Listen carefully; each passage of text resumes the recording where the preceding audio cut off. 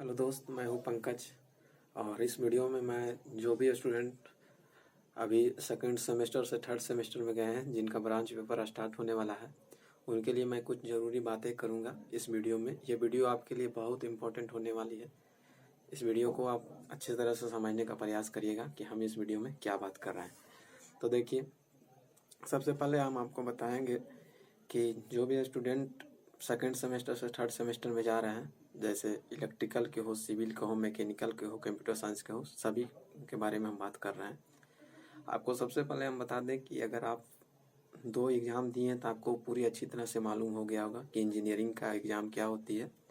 इसमें बोर्ड का जिस तरह से मैट्रिक और ट्वेल्थ का जो लिखने का आंसर का जो कला होती है, उससे कितना डिफरेंस होता है, ये आप लोग से अच्छा जो बिहार बोर्ड या जो भी बोर्ड का स्टूडेंट है उनको नहीं मालूम होता है। लेकिन आप जब 2 एग्ज़ाम दे चुके हैं, फर्स्ट सेमेस्टर और सेकंड सेमेस्टर, तो आपको पूरी अच्छी तरह से इसके बारे में जानकारी हो गया होगा कि जो कि एसबीटी या फिर इंजीनियरिंग का जो एग्ज़ाम होता है, उसकी लेवल क्या होती है, उसकी आंसर क्या लिखी जाती है।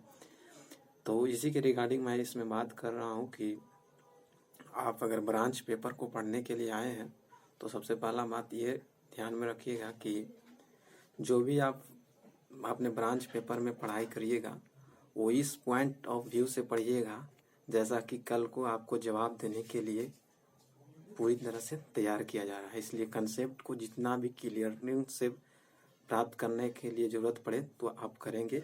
किसी भी कंसेप्ट को समझने में आपको कोताही नहीं होना चाहिए, क्योंकि कल को आप एक साइट इंजीनियर बनोगे, और एक साइट इंजीनियर का मतलब होता है कि आपसे लोग सवाल पूछेंगे तो आप जवाब देने के लिए पूरी तरह से जिम्मेदार है। तो मैं आपसे यही कहना चाहूँगा कि आप किसी भी तरह से, चाहे तो आप कॉलेज के टीचर हो या कोचिंग का टीचर हो, हर तरह के सवाल क्रिएट करेंगे और पूरी कंसेप्ट को समझने का प्रयास करेंगे। किसी भी सिलेबस में आपको कंसेप्ट में उलझे नहीं रहना है, बल्कि कंसेप्ट को अच्छा से समझना है, क्योंकि आज का कंसेप्ट ही आपको कल को एग्ज़ाम या जो भी इंटरव्यू या फिर जो भी कंपटीशन में आपको जाना पड़ेगा तो आपको वहाँ ये काम देगा। तो मेरे तरफ से यही राय है कि आप लोग जितना ज़्यादा से ज़्यादा कंसेप्ट को समझिए, और कंसेप्ट को समझकर ही आंसर को लिखिएगा। और आंसर को आप जो जिस तरह से आप फर्स्ट सेकेंड सेमेस्टर में लिखे हैं आंसर, उससे अब ज़्यादा आंसर आपको लिखने का कैपेसिटी हो गया होगा। क्योंकि फर्स्ट सेकेंड सेमेस्टर में लड़के जब आते हैं तो बिहार बोर्ड की तरह उसमें आंसर लिखते हैं, तो आपको मार्क्स क्या मिले होंगे या क्या अभी जो सेकेंड सेमेस्टर को दिए हैं वो मार्क्स मिलेगा, उससे अनुमान आपको लग ही जाएगा कि हमने किस तरह से आंसर लिखा था, उसका क्या रिजल्ट आए हैं।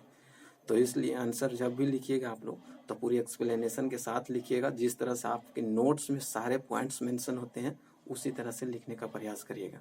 और एक एग्जामिनर जब आपका कॉपी चेक करता है तो यही वो देखने का प्रयास करता है कि आपने अपने कॉपी में किसी आंसर को किस तरह से अरेंज किया है, कितने उसमें कंसेप्ट को इंक्लूड किया है। और उसमें सबसे पहला ये एक बात और ध्यान दीजिएगा कि आप लोग जो भी आंसर लिखते हैं और अगर उसमें फिगर बनाने का हो तो फिगर को जरूर बनाइएगा, क्योंकि figure is the important part of a good answer.